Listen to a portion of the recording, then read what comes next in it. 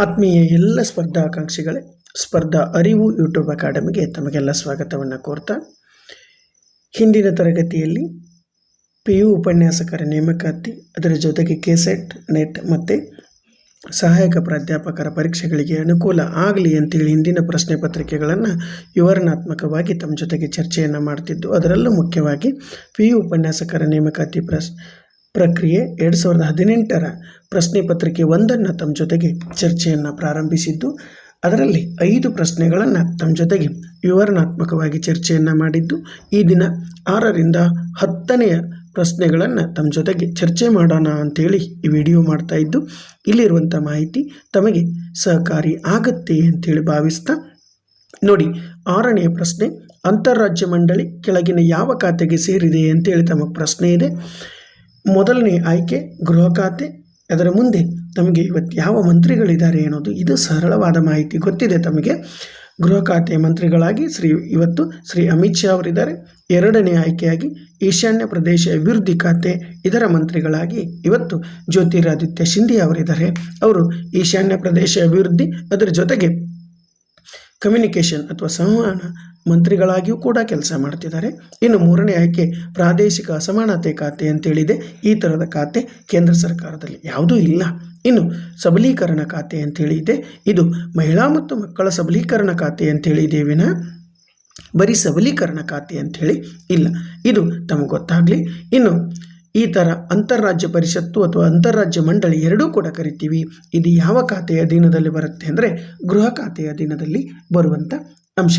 ಇನ್ನು ಈ ಅಂತಾರಾಜ್ಯ ಮಂಡಳಿ ಅಥವಾ ಪರಿಷತ್ತನ್ನು ಯಾವುದರ ಸಲುವಾಗಿ ನೇಮಕ ಮಾಡ್ತಾರೆ ಅಥವಾ ಯಾಕೆ ಪ್ರಾರಂಭ ಮಾಡ್ತಾರೆ ಅಂತಾರೆ, ರಾಜ್ಯಗಳ ನಡುವೆ ಅಂದರೆ ರಾಜ್ಯಗಳ ನಡುವೆ ಸಮನ್ವಯವನ್ನು ಸಾಧಿಸಲಿಕ್ಕೆ ಸಂವಿಧಾನದ ಭಾಗ 11 ವಿಧಿ 263ರ ಪ್ರಕಾರ ಅಥವಾ ಅನ್ವಯ ಅಂತಾರಾಜ್ಯ ಪರಿಷತ್ತನ್ನು ಅಥವಾ ಮಂಡಳಿಯನ್ನು ಇಲ್ಲಿ ಕೊಟ್ಟಿರುವಂಥ ಅಂಶಗಳ ಸಲುವಾಗಿ ಈ ಕೆಳಗಿನ ಯಾವುದಾದರೂ ಸಮಸ್ಯೆಗಳು ಉದ್ಭವ ಆದಾಗ ಆ ಸಮಸ್ಯೆಯನ್ನು ಹೋಗಲಾಡಿಸಲಿಕ್ಕೆ ಹೊಂದಾಣಿಕೆಯಿಂದ ಅಥವಾ ಸಾಮರಸ್ಯದಿಂದ ಸಮಸ್ಯೆಯನ್ನು ಬಗೆಹರಿಸೋದ್ರ ಜೊತೆಗೆ ಒಟ್ಟಾರೆ ಸಂವಹನವನ್ನು ನಡೆಸೋದ್ರ ಮೂಲಕ ಸಮನ್ವಯದ ಮೂಲಕ ದೇಶವನ್ನು ಅಭಿವೃದ್ಧಿಪಡಿಸಬೇಕು ಅಂತೇಳಿ ಈ ಥರದ ಅಂತಾರಾಜ್ಯ ಮಂಡಳಿ ಅಥವಾ ಪರಿಷತ್ತನ್ನು ಸ್ಥಾಪನೆ ಮಾಡಲಾಗತ್ತೆ.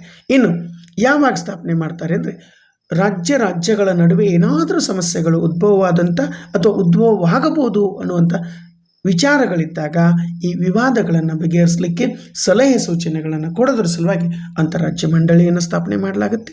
ಇನ್ನು 2ನೇದಾಗಿ ಯಾವುದೇ ಕೆಲವು ರಾಜ್ಯಗಳಿರ್ಬೋದು ಅಥವಾ ಎಲ್ಲ ರಾಜ್ಯಗಳು ಕೂಡಿಕೊಂಡು ಕೇಂದ್ರ ಅಥವಾ ಒಕ್ಕೂಟ ಸರ್ಕಾರದ ವಿರುದ್ಧ ಅಥವಾ ಕೆಲವು ಅಥವಾ 2ಕ್ಕಿಂತ ಹೆಚ್ಚು ರಾಜ್ಯಗಳು ತಮ್ಮ ಸಾಮಾನ್ಯ ಹಿತಾಸಕ್ತಿಯನ್ನು ಹೊಂದಿರೋ ವಿಷಯಗಳ ಬಗ್ಗೆ ತನಿಖೆ ಮಾಡಲಿಕ್ಕೆ, ಚರ್ಚೆ ಮಾಡಲಿಕ್ಕೆ, ಹೊಂದಾಣಿಕೆ ಮಾಡಿಕೊಂಡು ಹೋಗಲಿಕ್ಕೆ ಈ ಥರದ ಅಂತಾರಾಜ್ಯ ಪರಿಷತ್ತನ್ನು ಸ್ಥಾಪನೆ ಮಾಡಲಾಗತ್ತೆ.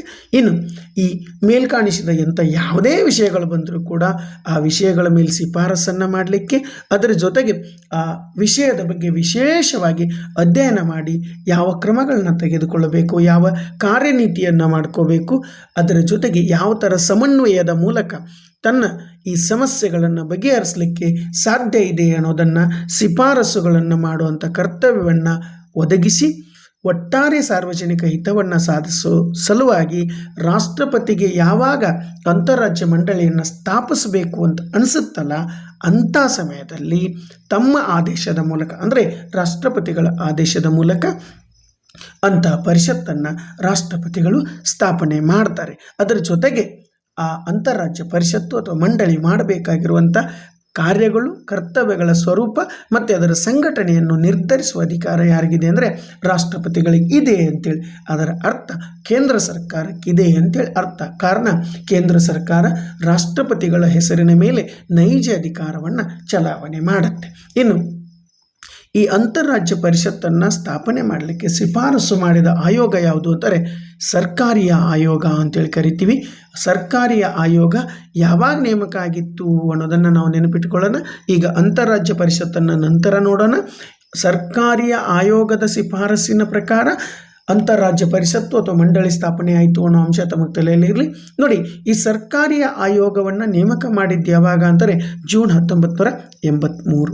ಯಾವುದರ ಸಲುವಾಗಿ ನೇಮಕ ಮಾಡಿದರು ಅಂತಂದರೆ ದೇಶದಲ್ಲಿ ರಾಜ್ಯ ಮತ್ತು ಕೇಂದ್ರ ಸರ್ಕಾರಗಳ ನಡುವಿನ ಸಂಬಂಧವನ್ನು ಸುಧಾರಣೆ ಮಾಡಲಿಕ್ಕೆ, ಅದರ ಜೊತೆಗೆ ಕೇಂದ್ರ ಮತ್ತು ರಾಜ್ಯಗಳ ಮಧ್ಯೆ ಆಗಾಗ ಈ ಅಧಿಕಾರದ ಸಲುವಾಗಿ ಅಥವಾ ಈ ಅಧಿಕಾರ ಹಂಚಿಕೆಯ ವಿಚಾರದ ಬಗ್ಗೆ ಬಿಕ್ಕಟ್ಟುಗಳು ಉದ್ಭವ ಆಗ್ತವೆ.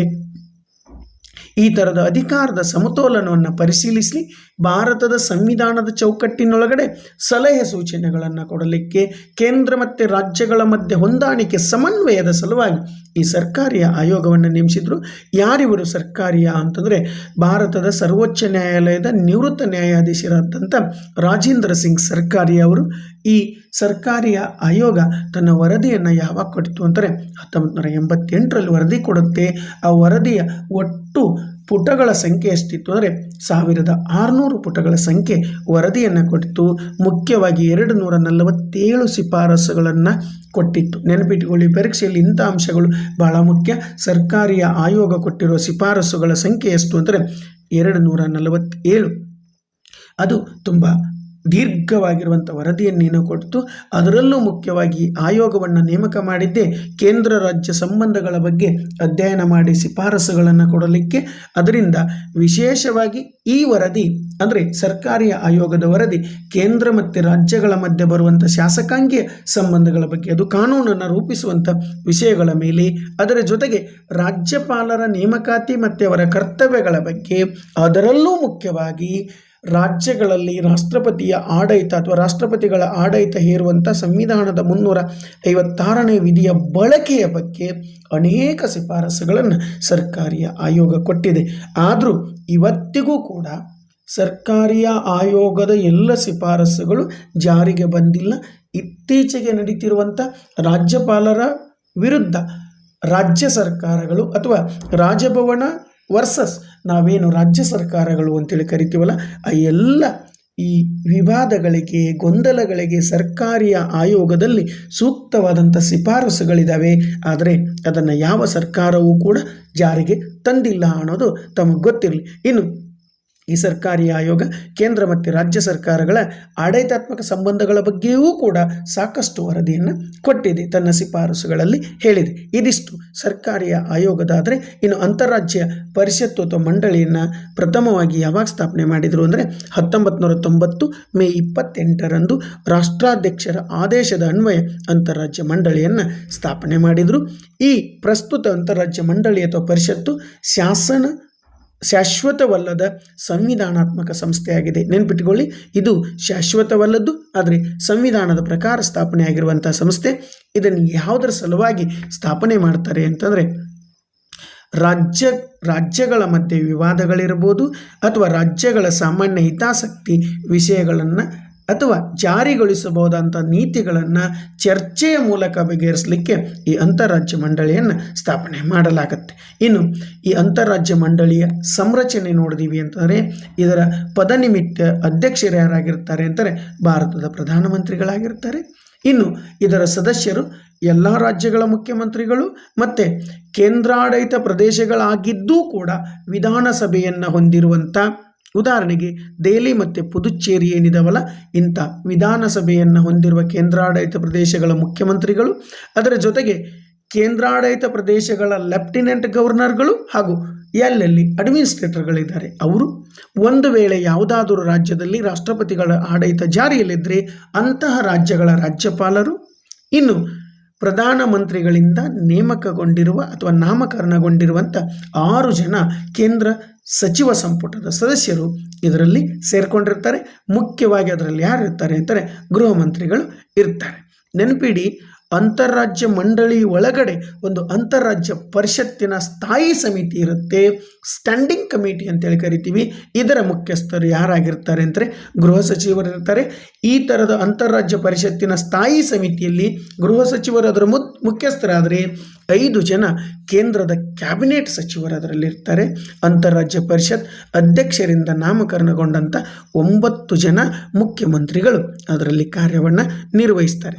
ಇನ್ನು ತಮ್ಮ ಅನುಕೂಲಕ್ಕೆ ತಮಗೆ ಗೊತ್ತಿರಲಿ ಅಂತೇಳಿ ಇದುವರೆಗೂ ಆಗಿರುವಂಥ ಅಂತಾರಾಜ್ಯ ಮಂಡಳಿಗಳು ಅಥವಾ ಪರಿಷತ್ತುಗಳು ಎಷ್ಟಾಗಿದ್ದಾವೆ ಅನ್ನೋದನ್ನು ತಮಗೆ ಪಟ್ಟಿಯ ಮೂಲಕ ಕೊಡಲಾಗಿದೆ. ಇದುವರೆಗೂ ಒಟ್ಟಾರೆ 12 ಅಂತಾರಾಜ್ಯ ಪರಿಷತ್ತು ಅಥವಾ ಮಂಡಳಿಗಳು ನಡೆದಿದ್ದಾವೆ. 1ನೇ ಅಂತಾರಾಜ್ಯ ಮಂಡಳಿ ಅಥವಾ ಪರಿಷತ್ತು 10 ಅಕ್ಟೋಬರ್ 1990ರಲ್ಲಿ ನಡೆದಿತ್ತು. ನೆನಪಿಟ್ಕೊಳ್ಳಿ, ಈ ಅಂತಾರಾಜ್ಯ ಪರಿಷತ್ತಿನ ಅಥವಾ ಅಂತಾರಾಜ್ಯ ಮಂಡಳಿಯ ಮೊದಲೇ ಅಂತಾರಾಜ್ಯ ಮಂಡಳಿ ನಡೆದಿದ್ದು ವಿಶ್ವನಾಥ್ ಭಾನುಪ್ರತಾಪ್ ಸಿಂಗ್ ಅವರ ಅವಧಿ 10 ಅಕ್ಟೋಬರ್ 1990. ಇನ್ನು ಎರಡನೇದು 15 ಅಕ್ಟೋಬರ್ 1996 ಯಾರ ಅವಧಿಯಲ್ಲಿ ಅಂತಾರೆ ಕನ್ನಡಿಗರಾಗಿದ್ದಂಥ ಕರ್ನಾಟಕದಿಂದ ಆಗಿರುವ ಏಕೈಕ ಪ್ರಧಾನಮಂತ್ರಿಗಳಾಗಿದ್ದಂಥ ಶ್ರೀ HD ದೇವೇಗೌಡ ಅವರ ಅವಧಿಯಲ್ಲಿ. ಇನ್ನು 2 ಅಂತಾರಾಜ್ಯ ಮಂಡಳಿ ಅಥವಾ ಅಂತಾರಾಜ್ಯ ಪರಿಷತ್ತುಗಳು ನಡೆದಿದ್ದು IK ಗುಜ್ರಾಲ್ ಅಥವಾ ಇಂದ್ರ ಕುಮಾರ್ ಗುಜ್ರಾಲ್ ಅವರ ಅವಧಿ 17 ಜುಲೈ 1997 ಮತ್ತು 28 ನವೆಂಬರ್ 1997. ಇನ್ನು ಶ್ರೀ ಅಟಲ್ ಬಿಹಾರಿ ವಾಜಪೇಯಿ ಅವರ ಅವಧಿಯಲ್ಲಿ ಒಟ್ಟಾರೆ 4 ಅಂತಾರಾಜ್ಯ ಮಂಡಳಿಗಳು ಅಥವಾ ಪರಿಷತ್ತುಗಳು ನಡೆದಿದ್ದಾವೆ. 1ನೇದು 22 ಜನವರಿ 1999, 2ನೇದು 20 ಮೇ 2000, ಇನ್ನು 7ನೇದಾಗಿ ಅಂದರೆ 3ನೇದು ಅವರ ಅವಧಿ ಒಳಗಡೆ 3ನೇದು 16 ನವೆಂಬರ್ 2001, ಇನ್ನು ಅವರ ಅವಧಿಯಲ್ಲಿ 4ನೇದು ಮತ್ತು ಒಟ್ಟಾರೆಯಾಗಿನ 8ನೇದು 27 ಮತ್ತು 28 ಮಾರ್ಚ್ 2023ರಲ್ಲಿ ನಡೆದಿದೆ. ಇನ್ನು ಮನಮೋಹನ್ ಸಿಂಗ್ ಅವರ ಅವಧಿ ಒಳಗಡೆ 2 ಬಾರಿ ನಡೆದಿದೆ. ಒಂದು 9ನೇ ಸಭೆ 28 ಜೂನ್ 2005, 10ನೇ ಮಂಡಳಿ 12 ಡಿಸೆಂಬರ್ 2006. ಇನ್ನು ಶ್ರೀ ನರೇಂದ್ರ ಮೋದಿಯವರ ಅವಧಿಯೊಳಗಡೆ 2 ಅಂತಾರಾಜ್ಯ ಪರಿಷತ್ತುಗಳು ನಡೆದಿದ್ದಾವೆ, ಮಂಡಳಿಗಳು ನಡೆದಿದ್ದಾವೆ. ಒಂದು 11ನೇ ಮಂಡಳಿ 16 ಜುಲೈ 2016, ಇನ್ನು ಕೊನೆಯದಾಗಿ ನಡೆದಿದ್ದು 25 ನವೆಂಬರ್ 2017ರಲ್ಲಿ ನಡೆದಿರೋದನ್ನು ನಾವು ನೋಡ್ತೀವಿ. ಇನ್ನು ಇದಿಷ್ಟು 6ನೆಯ ಪ್ರಶ್ನೆಯ ಬಗ್ಗೆ ತಮಗೆ ಸವಿಸ್ತಾರವಾಗಿರುವಂಥ ಮಾಹಿತಿಯನ್ನು ಕೊಡಲಾಗಿದೆ. ನೆನಪಿಟ್ಕೊಳ್ಳಿ, ಈ ಥರದ ಅಂಶಗಳು ಪರೀಕ್ಷೆಯಲ್ಲಿ ತುಂಬ ತಮಗೆ ಗೊಂದಲಕ್ಕೂ ಕಠಿಣತೆಗೂ ಕಾರಣ ಆಗಬಹುದು. ಇನ್ನೊಂದು ಪ್ರಶ್ನೆ ಇದೆ, 7ನೇ ಪ್ರಶ್ನೆ ನೋಡಿ. ಭಾರತದಲ್ಲಿ ಕಾನೂನಿನ ಬೆಂಬಲವಿಲ್ಲದೆ ಯಾವುದೇ ತೆರಿಗೆಯನ್ನು ವಿಧಿಸುವಂತಿಲ್ಲ ಅಥವಾ ಸೇಕರಿಸುವಂತಿಲ್ಲ ಎಂಬುದು ಒಂದು. 4 ಆಯ್ಕೆಗಳಿದ್ದಾವೆ ನೋಡಿ. ಕ್ವಶನ್ ಇನ್ನೊಂದು ಸರಿ ಹೇಳ್ತಿದ್ದೀನಿ. ಭಾರತದಲ್ಲಿ ಏನಿದೆ ಅಂದರೆ ಕಾನೂನಿನ ಬೆಂಬಲವಿಲ್ಲದೆ ಯಾವುದೇ ತೆರಿಗೆಯನ್ನು ವಿಧಿಸುವ ಹಾಗಿಲ್ಲ, ಸಂಗ್ರಹ ಮಾಡಿಕೊಳ್ಳುವಂತಿಲ್ಲ ಅಂತೇಳಿ ಈ ಹೇಳಿಕೆ ಪ್ರಕಾರ ಇದು ನಮ್ಮೆಲ್ಲರಿಗೂ ಇರುವಂಥ ಮೂಲಭೂತ ಹಕ್ಕು, 1ನೇ ಆಯ್ಕೆ. 2ನೇದು ಇದು ರಾಜ್ಯ ನೀತಿ ನಿರ್ದೇಶಕ ತತ್ವ. 3ನೇ ಆಯ್ಕೆ ಸಂವಿಧಾನಾತ್ಮಕ ತತ್ವ. 4ನೇ ಆಯ್ಕೆ ಹಕ್ಕು ಅಲ್ಲ ಅಂತೇಳಿದೆ. ಇದಕ್ಕೆ ಸರಿಯಾದ ಉತ್ತರ ನಾವು ನೋಡಿದೀವಿ ಅಂತಂದರೆ ಇದು ಸಂವಿಧಾನದ ತತ್ವ, ಹಕ್ಕಲ್ಲ. ಸಂವಿಧಾನದಲ್ಲಿ ಈ ಥರ ಹೇಳಿದೆ, ಕಾನೂನಿನ ಬೆಂಬಲ ಇಲ್ಲದೆ ಯಾವುದೇ ತೆರಿಗೆಯನ್ನು ವಿಧಿಸುವ ಹಾಗಿಲ್ಲ, ಯಾವುದೇ ತೆರಿಗೆಯನ್ನು ಸಂಗ್ರಹ ಮಾಡುವ ಹಾಗಿಲ್ಲ ಅಂತೇಳಿ. ಆದರೆ ಇದು ಹಕ್ಕಲ್ಲ. ನೆನ್ಬಿಡಿ, ಸಂವಿಧಾನದ ವಿಧಿ 265ರ ಪ್ರಕಾರ ಕಾನೂನಿನ ಬೆಂಬಲ ಇಲ್ಲದೆ ಯಾವುದೇ ತೆರಿಗೆಯನ್ನು ವಿಧಿಸುವಂತೆಯೂ ಇಲ್ಲ, ಯಾವುದೇ ತೆರಿಗೆಯನ್ನು ಸೇಕರಣೆ ಮಾಡುವಂತೆಯೂ ಇಲ್ಲ ಅಂತೇಳಿ ಹೇಳುತ್ತೆ. ಇನ್ನು 8ನೇ ಪ್ರಶ್ನೆಯನ್ನು ನೋಡಿದೀವಿ ಅಂದರೆ ನೆನ್ಪಿಟ್ಕೊಳ್ಳಿ, ಪ್ರಮುಖವಾಗಿರುವಂಥ ಪ್ರಶ್ನೆ. ಭಾರತದಲ್ಲಿ ಸಭಾಧ್ಯಕ್ಷ ಅಂದರೆ ಲೋಕಸಭೆಯ ಸ್ಪೀಕರ್ ಅಂಥೇಳಿ ನಾವು ಕರಿತೀವಲ್ಲ, ಸಭಾಧ್ಯಕ್ಷ ತನ್ನ ಅಧಿಕಾರ ಹಾಗೂ ಕಾರ್ಯಗಳನ್ನು ನಿರ್ವಹಿಸುವುದು ಯಾವುದರ ಆಧಾರದ ಮೇಲೆ ಅಂತೇಳಿ ತಮಗೆ ಪ್ರಶ್ನೆ ಇದೆ ನೋಡಿ. 1ನೇ ಆಯ್ಕೆ ಕೇವಲ ಸಂವಿಧಾನದ ಅಡಿಯಲ್ಲಿ ಅಂದರೆ ಸಂವಿಧಾನ ಏನು ಅವಕಾಶ ಕೊಟ್ಟಿದೆ ಅದರಲ್ಲಿ, ಅಥವಾ ಕೇವಲ ಸಭೆಯ ನಡಾವಳಿಗಳ ಪ್ರಕಾರ, ನಡಾವಳಿಗಳು ಅಂದರೆ ಪದ್ಧತಿ, ರೂಢಿ, ನಿಯಮಗಳ ಪ್ರಕಾರ, ಅಥವಾ ಸಂಸತ್ತು ಕಾಲದಿಂದ ಕಾಲಕ್ಕೆ ಮಾಡುವಂಥ ಕಾನೂನಿನ ಪ್ರಕಾರ. ಇನ್ನು 4ನೇ ಆಯ್ಕೆ ಭಾಗಶಃ ಸಂವಿಧಾನ, ಭಾಗಶಃ ಸಭೆಯ ನಡಾವಳಿಗಳ ಪ್ರಕಾರ. ಅಂದರೆ ಸಂವಿಧಾನದಲ್ಲೂ ಇದ್ದಾವೆ ಅಂಶಗಳು, ಅದರ ಜೊತೆಗೆ ಸಭೆ ಇದುವರೆಗೂ ನಡೆದುಕೊಂಡು ಬಂದಂಥ ನಿಯಮಗಳು, ಪದ್ಧತಿಗಳು, ರೂಢಿಗಳ ಪ್ರಕಾರ ನಡೆಯುತ್ತಾ ಅಂದರೆ 100% ಈ ಪ್ರಶ್ನೆಗೆ ಉತ್ತರ ಯಾವುದು ಅಂತಾರೆ ಭಾಗಶಃ ಸಂವಿಧಾನ. ಅಂದರೆ ಸಂವಿಧಾನದಲ್ಲೂ ಅವಕಾಶಗಳಿದ್ದಾವೆ, ಅಂದರೆ ಸಂವಿಧಾನ ಯಾವ ಥರ ಅವರ ಅಧಿಕಾರ ಕಾರ್ಯಗಳಿದ್ದಾವೆ ಅಂತ ಹೇಳಿದೆ, ಅದರ ಮುಂದುವರೆದ ಭಾಗವಾಗಿ ಸಭಾ ನಡಾವಳಿಗಳು ಅವತ್ತಿನಿಂದ ಇವತ್ತಿನವರೆಗೂ ನಡೆದುಕೊಂಡು ಬಂದಂಥ ರೂಢಿ, ನಿಯಮ, ಪದ್ಧತಿಗಳ ಆಧಾರದ ಮೇಲೆ ಭಾರತದಲ್ಲಿ ಸಭಾಧ್ಯಕ್ಷ ಅಂದರೆ ಲೋಕಸಭೆಯ ಸ್ಪೀಕರ್ ಅವರು ತಮ್ಮ ಕೆಲಸ ಕಾರ್ಯಗಳನ್ನು ನಿರ್ವಹಿಸ್ತಾರೆ ಅನ್ನೋದನ್ನು ನಾವು ನೋಡ್ತೀವಿ. ಇನ್ನು ತಮಗೆ ಹೆಚ್ಚು ಮಾಹಿತಿ ಇರಲಿ ಅಂತೇಳಿ ಲೋಕಸಭೆಯ ಸಭಾಪತಿಗಳು ಅಥವಾ ಸ್ಪೀಕರ್ ಅವರ ಬಗ್ಗೆ ಇಲ್ಲೊಂಚೂರು ಅಂಶಗಳನ್ನು ಕೊಡಲಾಗಿದೆ. ನೆನಪಿಟ್ಕೊಳ್ಳಿ, ಲೋಕಸಭಾಧ್ಯಕ್ಷರು ಲೋಕಸಭೆ ಅಂದರೆ ಆ ಸದನವನ್ನು, ಸದನದ ಗೌರವವನ್ನು ಮತ್ತು ಆ ಸದನದ ಎಲ್ಲ ಸದಸ್ಯರ ಸ್ವಾತಂತ್ರ್ಯವನ್ನು ಕಾಯುವಂಥ ವ್ಯಕ್ತಿಗಳು ಯಾರು ಅಂತಂದರೆ ಲೋಕಸಭೆ ಸಭಾಧ್ಯಕ್ಷರು. ಇನ್ನು ಲೋಕಸಭೆ ತಮಗೆಲ್ಲ ಗೊತ್ತಿರೋ ಹಾಗೆ ಜನತಾ ಸದನ ಅಂತೇಳಿ ಕರಿತೀವಿ. ಯಾಕೆಂದರೆ ಜನತೆಯಿಂದ ನೇರವಾಗಿ ಆಯ್ಕೆಯಾಗಿ ಹೋಗುವಂಥ ಪ್ರತಿನಿಧಿಗಳು ಎಲ್ಲಿರ್ತಾರೆ ಅಂತಾರೆ, ಲೋಕಸಭೆಯಲ್ಲಿರ್ತಾರೆ. ಅದರಿಂದ ಲೋಕಸಭೆ ದೇಶವನ್ನು ಪ್ರತಿನಿಧಿಸೋದ್ರಿಂದ ಲೋಕಸಭೆಯ ಸ್ಪೀಕರ್ ಒಂಥರ ರಾಷ್ಟ್ರದ ಸ್ವಾತಂತ್ರ್ಯ ಮತ್ತು ಗೌರವಗಳನ್ನು ಪ್ರತಿನಿಧಿಸುವಂಥ ಸಂಕೇತವಾಗಿರ್ತಾರೆ ಅನ್ನೋದನ್ನು ನಾವು ನೋಡ್ತೀವಿ. ಇನ್ನು ಈ ಲೋಕಸಭೆಯ ಸ್ಪೀಕರ್ ಅವರ ಸ್ಥಾನ ಅಥವಾ ಎಲ್ಲಿಂದ ನಾವು ಅದನ್ನು ಆಧಾರವಾಗಿ ಇಟ್ಕೊಂಡಿದ್ದೀವಿ ಅಂತಂದರೆ, ಮೂಲತಃ ಇದು ವೆಸ್ಟ್ ಮಿನಿಸ್ಟರ್ ಪದ್ಧತಿಯ ಆಧಾರದ ಮೇಲೆ ನಾವು ಅಳವಡಿಸಿಕೊಂಡಿವಿ. ಈ ವೆಸ್ಟ್ ಮಿನಿಸ್ಟರ್ ಪದ್ಧತಿ ಎಲ್ಲಿಂದ ಅಂತಾರೆ, ಇಂಗ್ಲೆಂಡಿನೊಳಗಡೆ ಅವತ್ತು ಅಂದರೆ ಇವತ್ತಿಗೂ ಸಾಮಾನ್ಯರ ಸಭೆ ಅಂತಲೇ ಕರಿತೀವಿ. ನಮ್ಮಲ್ಲಿ ಅದನ್ನು ಲೋಕಸಭೆ ಅಂದರೆ ಅಲ್ಲಿ ಅವರು ಹೌಸ್ ಆಫ್ ಕಾಮನ್ಸ್ ಅಂತೇಳಿ ಕರೀತಾರೆ.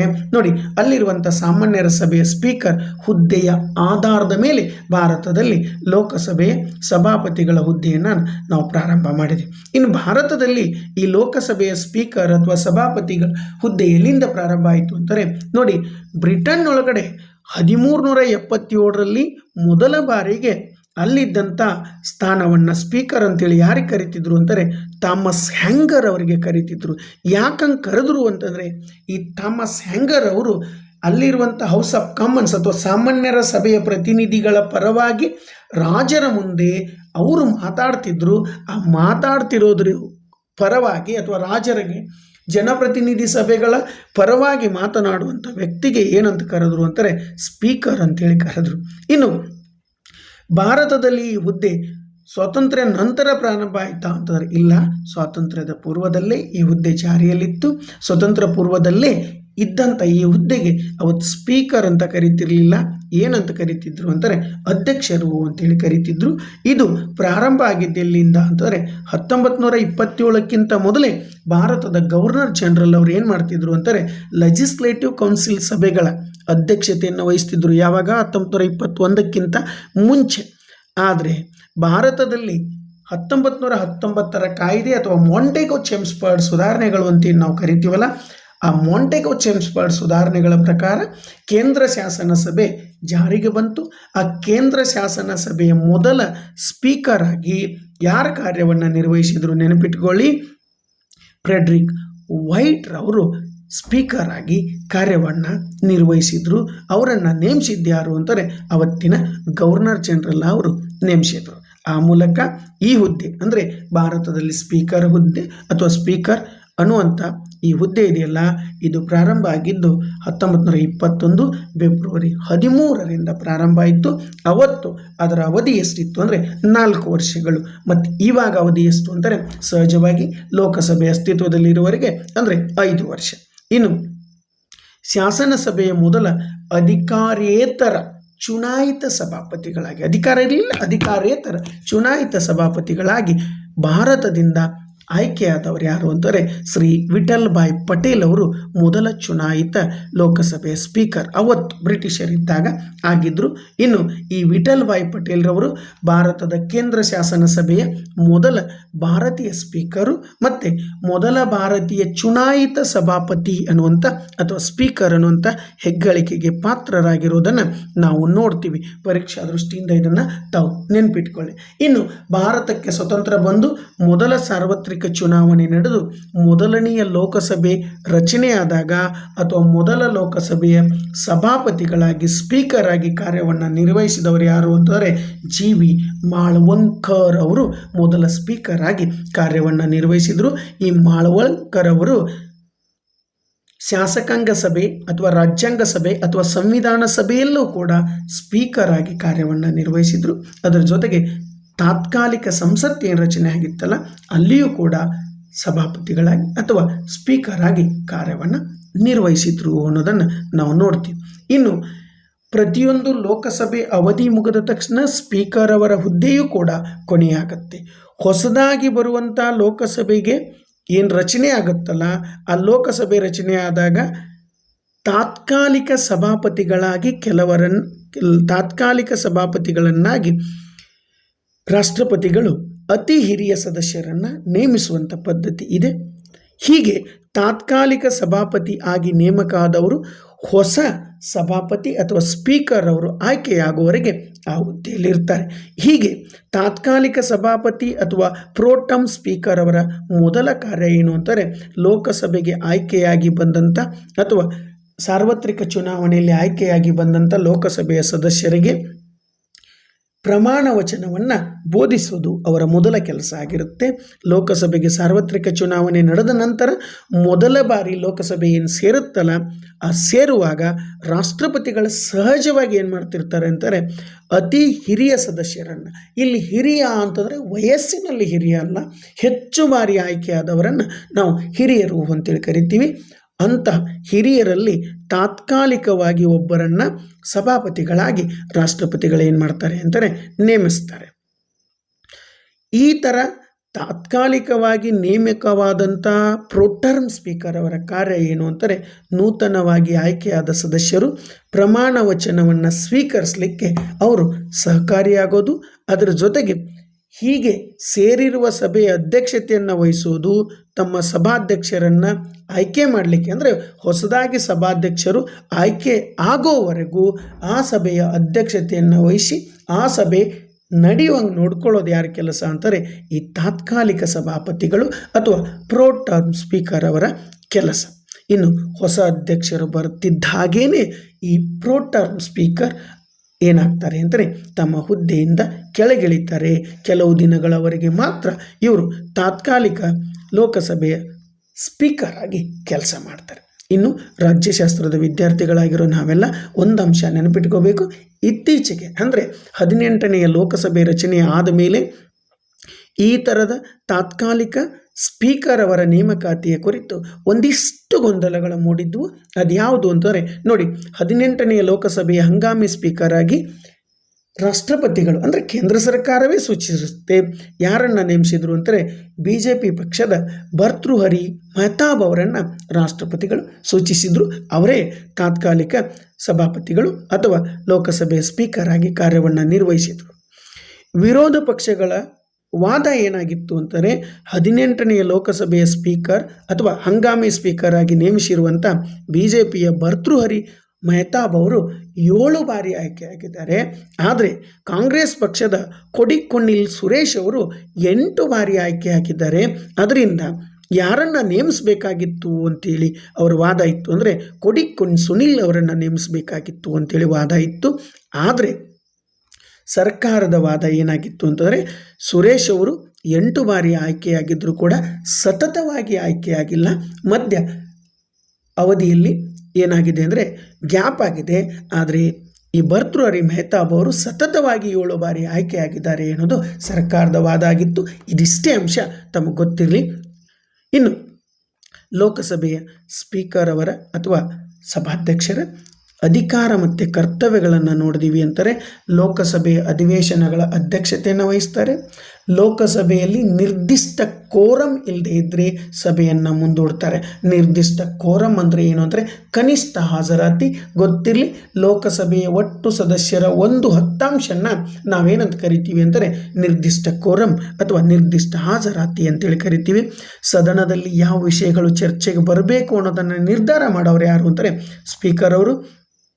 ಇನ್ನು ಲೋಕಸಭೆಯೊಳಗಡೆ ಸದಸ್ಯರುಗಳು ಸಭಾಧ್ಯಕ್ಷರ ತೀರ್ಮಾನದ ಮೇಲೆ ಅನುಮತಿಯನ್ನು ಪಡೆದು ಯಾರು ಮಾತಾಡಬೇಕು, ಯಾವಾಗ ಪ್ರಶ್ನೆಗಳನ್ನ ಕೇಳಬೇಕು, ಯಾವ ಮಸೂದೆಗಳನ್ನ ಮಂಡಿಸಬೇಕು, ಇವುಗಳನ್ನೆಲ್ಲ ನಿರ್ಧಾರ ಮಾಡುವ ಅಧಿಕಾರ ಯಾರಿಗಿದೆ ಅಂತಾರೆ ಲೋಕಸಭೆ ಸ್ಪೀಕರ್ ಅವರಿಗಿದೆ. ಇನ್ನು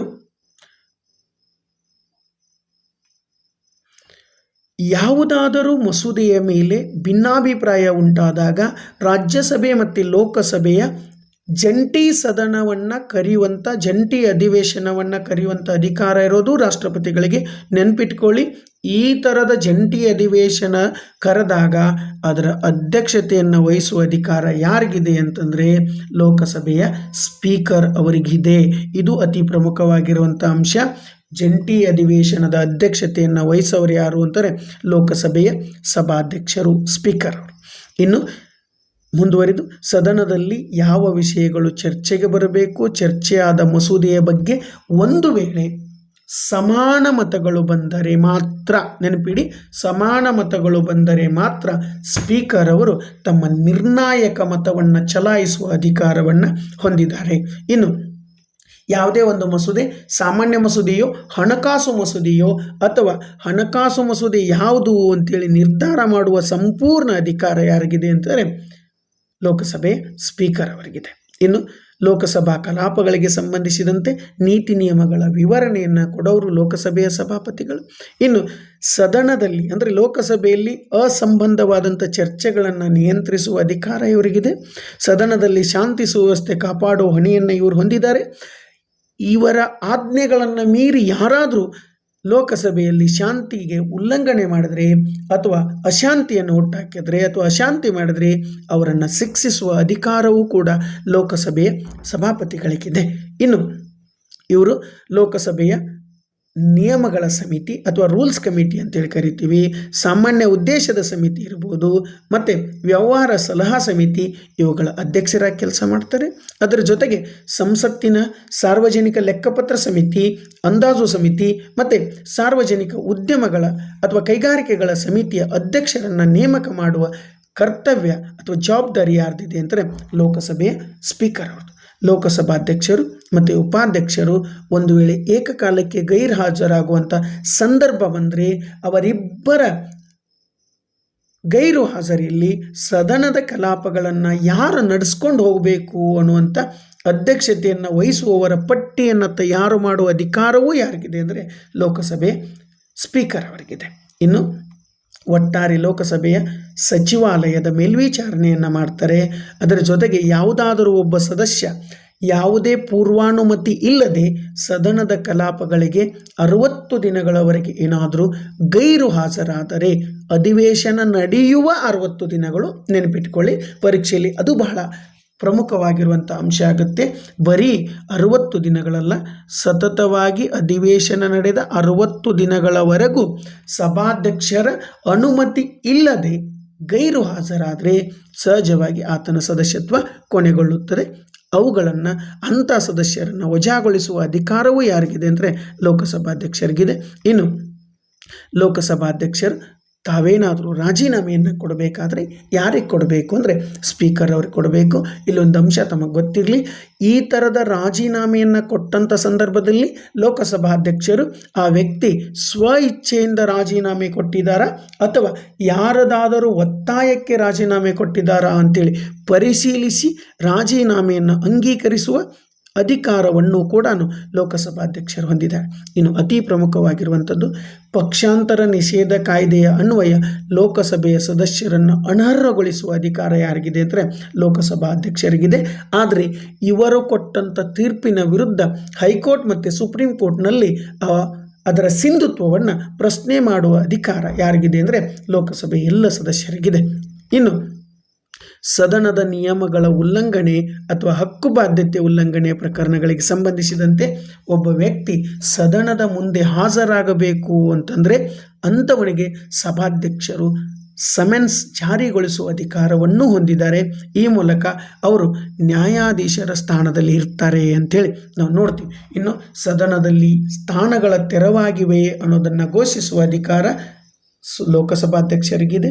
ಸದಸ್ಯರು ಒಂದು ವೇಳೆ ರಾಜೀನಾಮೆ ಕೊಟ್ಟರೆ ಅಥವಾ ನಿಧನ ಹೊಂದಿದರೆ ಅಥವಾ ಪಕ್ಷಾಂತರ ನಿಷೇಧ ಕಾಯ್ದೆಯ ಪ್ರಕಾರ ಪದಚ್ಯುತಗೊಂಡ್ರೆ ಅಥವಾ ಅನರ್ಹತೆಗೊಂಡ್ರೆ ಇತರ ಕಾರಣಗಳಿಗಾಗಿ ಯಾವುದೇ ಕಾರಣಕ್ಕಾದರೂ ಸ್ಥಾನ ತೆರವಾದರೆ ಆ ಸ್ಥಾನ ತೆರವಾಗಿದೆ ಅಂತೇಳಿ ಘೋಷಿಸುವ ಅಧಿಕಾರ ಲೋಕಸಭೆಯ ಸಭಾಧ್ಯಕ್ಷರಿಗಿದೆ. ಇನ್ನು ಈ ಸ್ಪೀಕರ್ ಅವರ ಹುದ್ದೆಯ ಕುರಿತು ನಾವೊಂದು ಸ್ವಲ್ಪ ಅಂಶಗಳನ್ನು, ವಿಶೇಷ ಅಂಶಗಳು ಅಂತೇಳಿ ಇಲ್ಲಿ ನೋಡೋಣ. ನೋಡಿ, ಸ್ವಾತಂತ್ರ್ಯ ಪೂರ್ವ ಅವಧಿಯ ಮೊದಲ ಸ್ಪೀಕರ್ ಆಗಿ ಭಾರತದಲ್ಲಿ ಯಾರು ಕಾರ್ಯವನ್ನು ನಿರ್ವಹಿಸಿದರು ಅಂತಾರೆ ಸರ್ ಫ್ರೆಡ್ರಿಕ್ ವೈಟ್ ಅವರು 1921ರಿಂದ 25ರವರೆಗೂ ನಿರ್ವಹಿಸಿದರು. ಇನ್ನು ಲೋಕಸಭೆಯ ಸ್ಪೀಕರ್ ಅವರ ಆಯ್ಕೆಯಾಗಿರುವ ಅವರ ವಿಶೇಷತೆಗಳನ್ನು ತಮಗೆ ಪಟ್ಟಿ ಮಾಡಿಕೊಡಲಾಗಿದೆ. ನೋಡಿ, ಜಿ ವಿ ಮಳವಂಕರ್ 1957ರಿಂದ 56ರವರೆಗೂ ಕಾರ್ಯವನ್ನು ನಿರ್ವಹಿಸಿದರು. ಇವರು ಸ್ವತಂತ್ರ ನಂತರ ಮೊದಲ ಸಭಾಧ್ಯಕ್ಷರಾಗಿ ಕಾರ್ಯವನ್ನು ನಿರ್ವಹಿಸಿದವರು. ಇನ್ನು ಅನಂತಶಯನಂ ಅಯ್ಯಂಗಾರ್ ಅವರು 1956ರಿಂದ 62ರವರೆಗೂ 2 ಬಾರಿ ಸಭಾಧ್ಯಕ್ಷರಾಗಿ ಕಾರ್ಯವನ್ನು ನಿರ್ವಹಿಸಿದವರು, ನೆನಪಿಟ್ಕೊಳ್ಳಿ. ಇನ್ನು ಸರ್ದಾರ್ ಹುಕುಂ ಸಿಂಗ್ 1967ರಿಂದ 67 ಇವರ ಅವಧಿಯೊಳಗಡೆ ಅತಿ ಹೆಚ್ಚು ಬಾರಿ ಸರ್ಕಾರದ ವಿರುದ್ಧ ಅವಿಶ್ವಾಸ ನಿರ್ಣಯವನ್ನು ಮಂಡಿಸಲಾಗಿತ್ತು. ಇದನ್ನು ನೆನಪಿಟ್ಕೊಳ್ಳಿ. ಇನ್ನು ನೀಲಂ ಸಂಜೀವ ರೆಡ್ಡಿಯವರು 1967ರಿಂದ 69ರವರೆಗೆ, ಇನ್ನು ಮಾರ್ಚ್ 26, 1977ರಿಂದ ಜುಲೈ 13, 1977ರವರೆಗೆ 2 ಬಾರಿ ಇವರು ಲೋಕಸಭೆಯ ಸಭಾಪತಿಯಾಗಿದ್ದರು. ಇವರು ಲೋಕಸಭೆಯ ಸಭಾಪತಿಯಾಗಿ ನಂತರ ಭಾರತದ ರಾಷ್ಟ್ರಪತಿ ಹುದ್ದೆಗೆ ಏರಿದವರು. ಇನ್ನು GS ಧಿಲ್ಲಾನ್ ಅವರು 1969ರಿಂದ 71 ಮತ್ತು 71ರಿಂದ 75 2 ಬಾರಿ ಇವರು ಲೋಕಸಭೆಯ ಸ್ಪೀಕರ್ ಆಗಿದ್ದರು. ಇವರು ಕಾಮನ್ವೆಲ್ತ್ ಸಭೆಗಳಲ್ಲಿ ಭಾಗವಹಿಸಿದ ಮೊದಲ ಲೋಕಸಭೆಯ ಅಧ್ಯಕ್ಷರು ಅಥವಾ ಲೋಕಸಭಾಧ್ಯಕ್ಷರು, ನೆನಪಿಟ್ಟುಕೊಳ್ಳಿ. ಇನ್ನು ಬಲರಾಮ್ ಭಗತ್ ಅವರು ಜನವರಿ 15, 1976ರಿಂದ ಮಾರ್ಚ್ 25, 1977ರವರೆಗೂ ಲೋಕಸಭೆಯ ಸ್ಪೀಕರ್ ಆಗಿದ್ದರು. ಇವರ ಅವಧಿಯೊಳಗಡೆ ಭಾರತದಲ್ಲಿ ರಾಷ್ಟ್ರದ ತುರ್ತು ಪರಿಸ್ಥಿತಿಯೊಳಗೆ ಕಾರ್ಯವನ್ನು ನಿರ್ವಹಿಸಿದವರು ಅಥವಾ ರಾಷ್ಟ್ರೀಯ ತುರ್ತು ಪರಿಸ್ಥಿತಿ ಘೋಷಣೆ ಇದ್ದದ್ದನ್ನು ನಾವು ನೋಡ್ತೀವಿ. ಇನ್ನು ಕರ್ನಾಟಕದಿಂದ ಲೋಕಸಭೆಯ ಸ್ಪೀಕರ್ ಆದಂಥವ್ರು ಯಾರು ಅಂತಾರೆ KS ಹೆಗಡೆ ಅವರು. ಇವರು ಜುಲೈ 21, 1977ರಿಂದ ಜನವರಿ 21, 1980ರವರೆಗೂ ಲೋಕಸಭೆಯ ಸಭಾಪತಿಯಾಗಿದ್ದ ಮೊದಲ ಕನ್ನಡಿಗರು.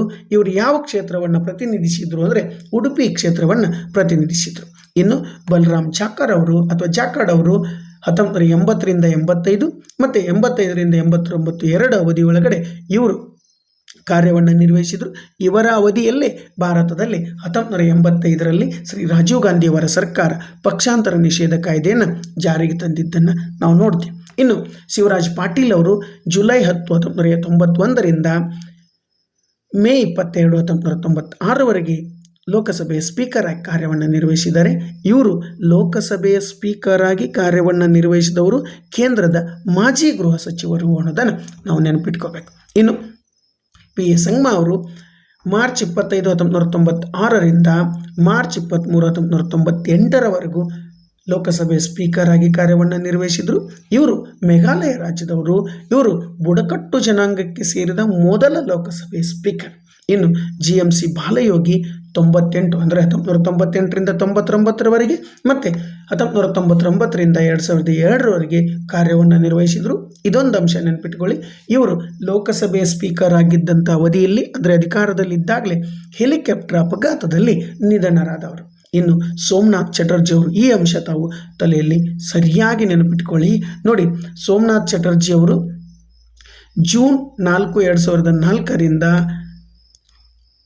ಮೇ 16, 2009ರವರೆಗೂ ಲೋಕಸಭೆಯ ಸಭಾಧ್ಯಕ್ಷರಾಗಿ ಕಾರ್ಯವನ್ನು ನಿರ್ವಹಿಸಿದರು. ಇವರು ಲೋಕಸಭೆಯ ಸಭಾಧ್ಯಕ್ಷರಾಗಿ ಕಾರ್ಯವನ್ನು ನಿರ್ವಹಿಸಿ ನಿವೃತ್ತಿ ಆದ ತಕ್ಷಣ ಅವರ ಪಕ್ಷದಿಂದ CPM ಪಕ್ಷದಿಂದ ಉಚ್ಚಾಟನೆಗೊಂಡಿದ್ದರು ಅನ್ನೋದನ್ನು ನಾವು ನೆನಪಿಟ್ಕೊಳ್ಳಿ. ಆದರೂ ಕೂಡ ಪಕ್ಷಾಂತರದಿಂದ ಇವರಿಗೆ ಉಚ್ಚಾಟನೆ ಮಾಡ್ಬೋದಾ ಅಂತಂದರೆ ಲೋಕಸಭೆಯ ಸಭಾಧ್ಯಕ್ಷರಾಗಿದ್ದಾಗ ಅವರು ಪಕ್ಷಾತೀತರಾಗಿರ್ತಾರೆ. ಆದರೆ ಆ ಹುದ್ದೆಯಿಂದ ಕೆಳಗಿಳಿದಾಗ ಮತ್ತೆ ಅವರ ಪಕ್ಷಕ್ಕೆ ಅವರು ಮರಳಬಹುದು. ಇನ್ನು ಮೀರಾ ಕುಮಾರ್ ಅವರು 2009ರಿಂದ 2014ರವರೆಗೆ 15ನೇ ಲೋಕಸಭಾಧ್ಯಕ್ಷರಾಗಿ ಕಾರ್ಯವನ್ನು ನಿರ್ವಹಿಸಿದರು.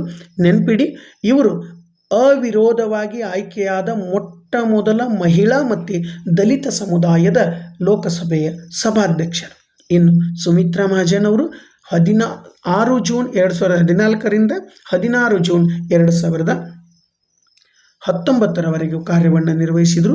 ಲೋಕಸಭೆಯ ಸಭಾಧ್ಯಕ್ಷರಾದಂಥ 2ನೇ ಮಹಿಳೆ. ಇವರು ಮಧ್ಯಪ್ರದೇಶದ ಇಂದೋರ್ ಲೋಕಸಭಾ ಕ್ಷೇತ್ರದಿಂದ ಸತತವಾಗಿ 8 ಬಾರಿ ಸಂಸದರಾಗಿ ಆಯ್ಕೆಯಾಗೋದ್ರ ಮೂಲಕ ಲಿಮ್ಕಾ ಬುಕ್ ಆಫ್ ರೆಕಾರ್ಡಲ್ಲಿ ದಾಖಲೆಯನ್ನು ನಿರ್ಮಿಸಿದ ಭಾರತದ ಏಕೈಕ ಮಹಿಳೆ ಅಂತೇಳಿ ನೋಡ್ತೀವಿ.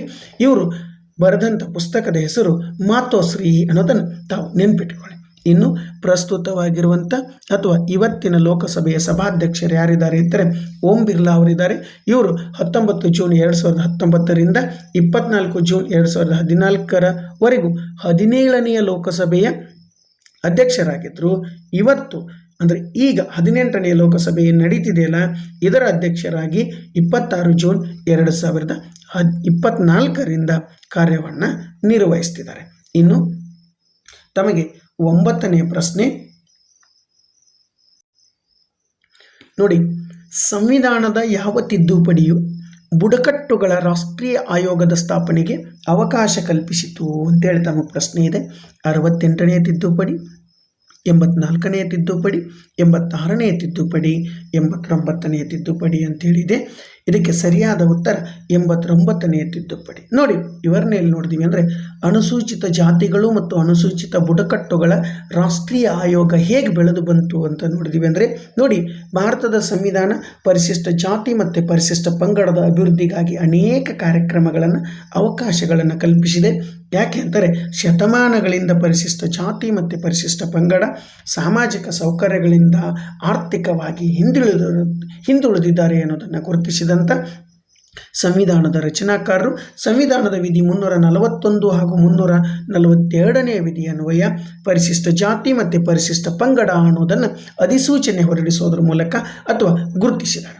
ಯಾಕೆ ಹಂಗೆ ಗುರುತಿಸಿದ್ದಾರೆ ಅಂದರೆ, ಈ ಜನಾಂಗ ಸಾಮಾಜಿಕವಾಗಿ, ಶೈಕ್ಷಣಿಕವಾಗಿ, ಸಾಂಸ್ಕೃತಿಕವಾಗಿ ಹಿಂದುಳಿದಿದ್ದಾರೆ. ಅವರ ಹಿತವನ್ನು ಕಾಪಾಡಲಿಕ್ಕೆ ಕೆಲವೊಂದಿಷ್ಟು ಸೌಲಭ್ಯಗಳನ್ನು ಒದಗಿಸಿಕೊಡಲಿಕ್ಕೆ ಸಂವಿಧಾನದಲ್ಲಿ ಅವಕಾಶವನ್ನು ಮಾಡಿಕೊಡಲಾಗಿದೆ.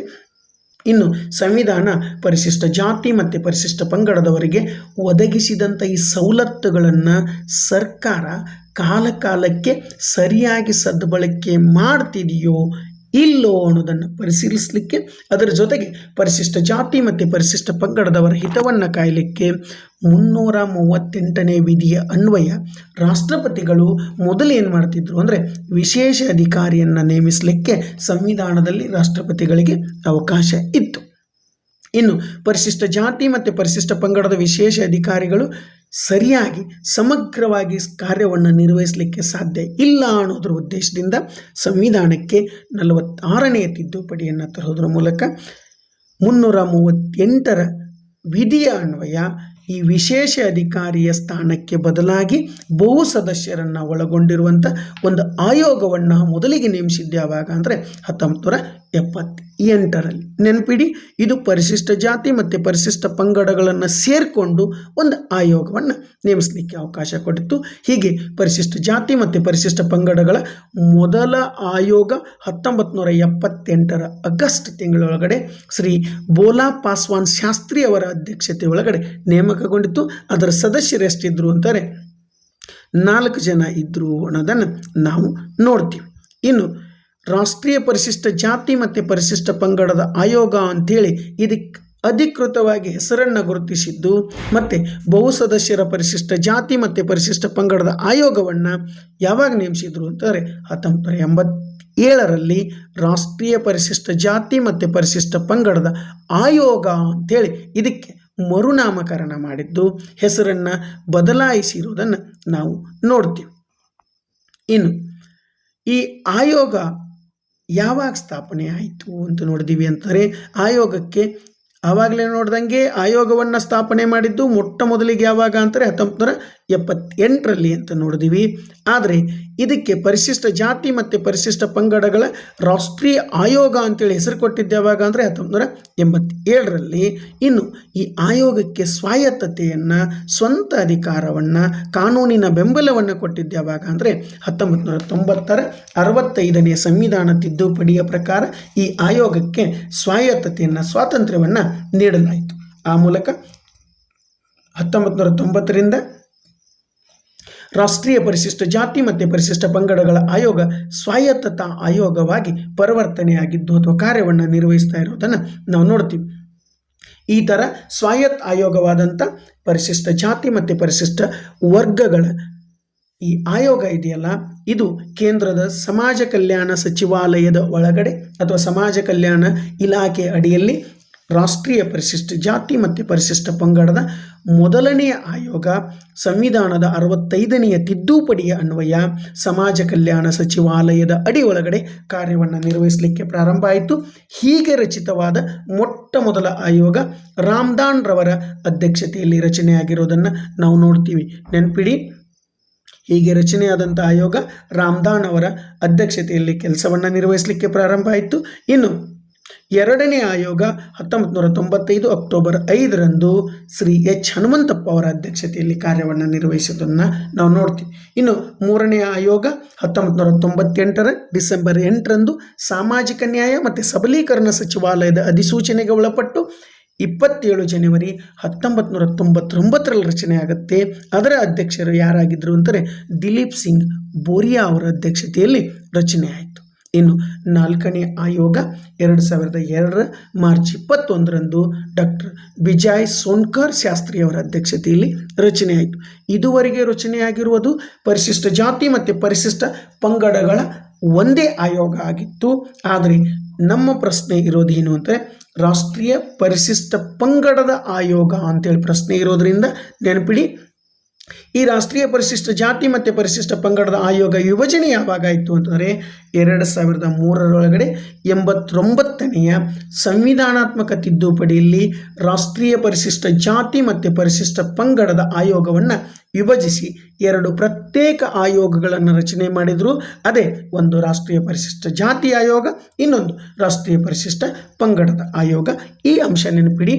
ಸಂವಿಧಾನದ ವಿಧಿ 338 ರಾಷ್ಟ್ರೀಯ ಪರಿಶಿಷ್ಟ ಜಾತಿ ಆಯೋಗದ ಅಡಿ ಅಥವಾ ಸಂವಿಧಾನದ ವಿಧಿ 338 ರಾಷ್ಟ್ರೀಯ ಪರಿಶಿಷ್ಟ ಜಾತಿ ಆಯೋಗಕ್ಕೆ ಸಂವಿಧಾನಿಕ ಮಾನ್ಯತೆಯನ್ನು ಕೊಟ್ಟರೆ ಸಂವಿಧಾನದ ವಿಧಿ 338A ವಿಧಿ ಅನ್ವಯ ರಾಷ್ಟ್ರೀಯ ಪರಿಶಿಷ್ಟ ಪಂಗಡದ ಆಯೋಗ ಕಾರ್ಯವನ್ನು ನಿರ್ವಹಿಸುತ್ತೆ.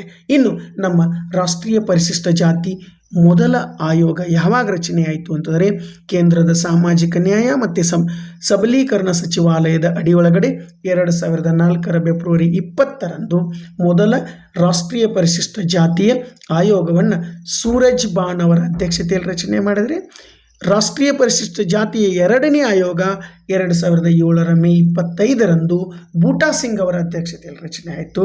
ಇನ್ನು ರಾಷ್ಟ್ರೀಯ ಪರಿಶಿಷ್ಟ ಜಾತಿಯ ಮೂರನೇ ಆಯೋಗ 2010 ಅಕ್ಟೋಬರ್ 15ರಂದು ಡಾಕ್ಟರ್ PL ಪುನಿಯಾ ಅವರ ಅಧ್ಯಕ್ಷತೆಯಲ್ಲಿ ರಚನೆ ಆಗುತ್ತೆ.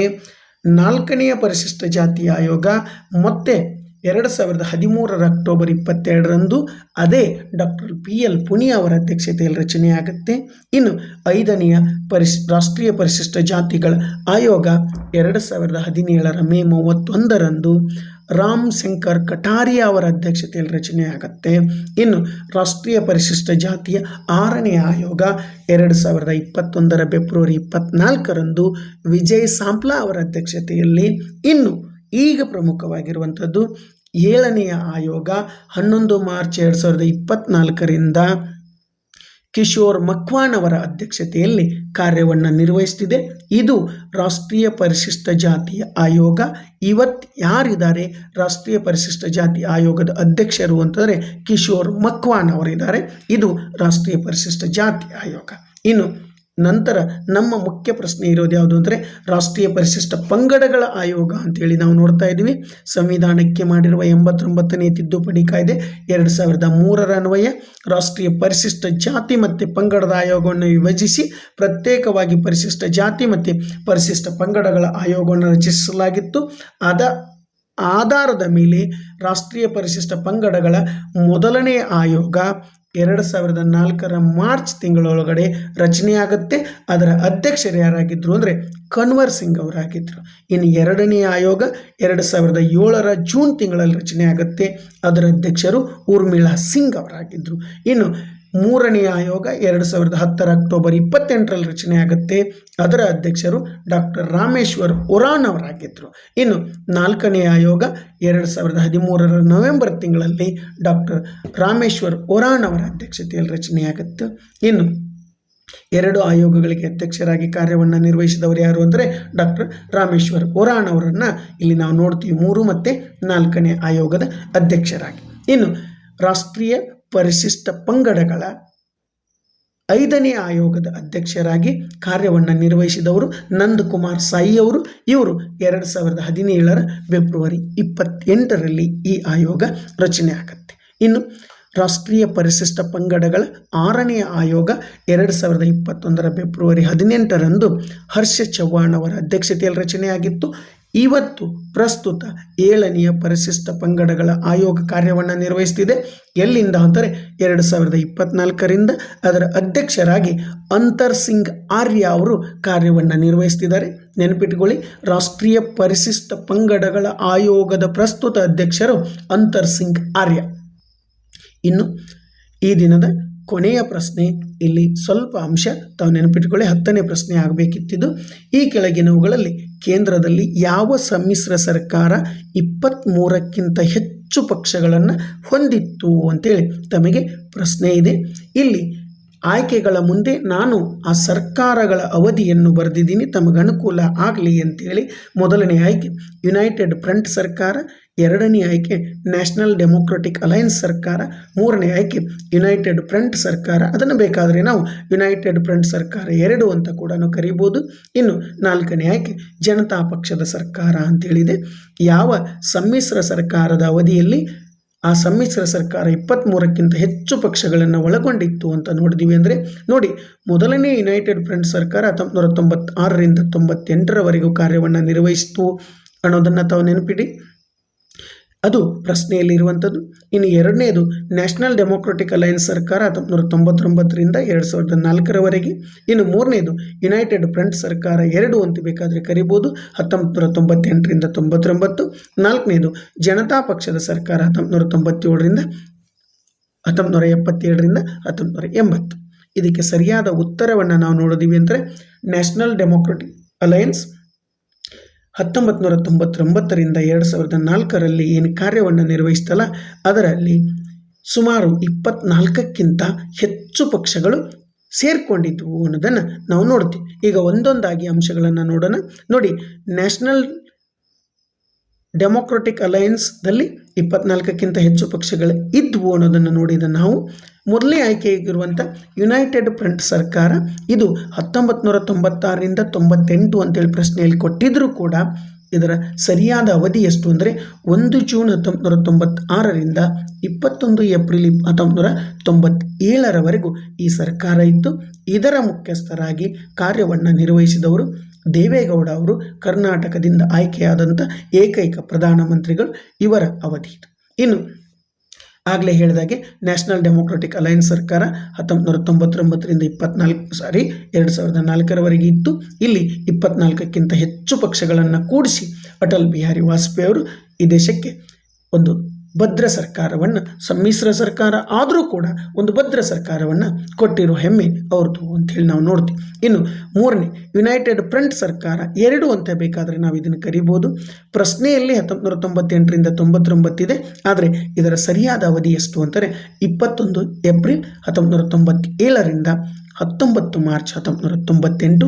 ಈ ಸರ್ಕಾರವನ್ನು ಮುನ್ನಡೆಸಿದವರು ಯಾರು ಅಂತಾರೆ IK ಗುಜ್ರಾಲ್ ಅವರು. ಇದು ಯುನೈಟೆಡ್ ಫ್ರಂಟ್ ಸರ್ಕಾರ 2 ಏಕಂತಂದರೆ ದೇವೇಗೌಡ ಅವರು ಅಧಿಕಾರವನ್ನು ಬಿಟ್ಟು ಇಳಿದಾದ ಮೇಲೆ ಆ ಜವಾಬ್ದಾರಿಯನ್ನು ಹೊತ್ತವರು ಯಾರು ಅಂತಾರೆ ಇಂದ್ರಕುಮಾರ್ ಗುಜ್ರಾಲ್ ಅವರು ಅಥವಾ IK ಗುಜ್ರಾಲ್ ಅವರು. ಇನ್ನು ಜನತಾ ಪಕ್ಷದ ಸರ್ಕಾರ 1977ರಿಂದ 1980ರ ಅವಧಿ ಒಳಗಡೆ ಏನಿತ್ತಲ್ಲ, ಇದು ಅಂದರೆ ಜನತಾ ಪಕ್ಷದ ಸರ್ಕಾರ ಪ್ರಥಮ ಕಾಂಗ್ರೆಸ್ಸೇತರ ಸರ್ಕಾರ ಭಾರತದಲ್ಲಿ, ಅದು ಕೇಂದ್ರ ಸರ್ಕಾರದಲ್ಲಿ. ಇದು 1977ರಿಂದ 80ರ ಅವಧಿ ಒಳಗಡೆ ಇತ್ತು. ಈ ಪಕ್ಷದ ಅಂದರೆ ಜನತಾ ಪಕ್ಷದ ಸರ್ಕಾರದ ನೇತೃತ್ವವನ್ನು ವಹಿಸಿದವರು ಯಾರು ಅಂದರೆ ಮೊದಲ ಕಾಂಗ್ರೆಸ್ಸೇತರ ಪ್ರಧಾನಿಗಳಾಗಿರುವಂಥ ಮೊರಾರ್ಜಿ ದೇಸಾಯಿ ಅವರು ಅನ್ನೋದನ್ನು ನಾವು ನೋಡ್ತೀವಿ.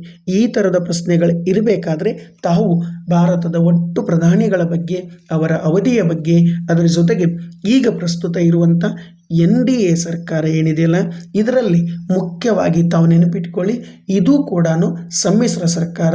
ಈ ಸರ್ಕಾರದಲ್ಲಿ ಅತಿ ಪ್ರಮುಖ ಪಾತ್ರವನ್ನು ನಿರ್ವಹಿಸ್ತಿರುವಂಥ TDP ಇರ್ಬೋದು, ಅಂದರೆ ಚಂದ್ರಬಾಬು ನಾಯ್ಡು ಅವರ ಪಕ್ಷ ಹೊಂದಿರುವ ಸ್ಥಾನಗಳು, JDU ಅಂದರೆ ನಿತೀಶ್ ಕುಮಾರ್ ಅವರ ಪಕ್ಷ ಹೊಂದಿರುವ ಸ್ಥಾನಗಳು, ಈ ಥರದ ಅಂಶಗಳನ್ನು ತಾವು ಸರಿಯಾಗಿ ಗಮನ ಕೊಟ್ಟು ನೋಡಿ.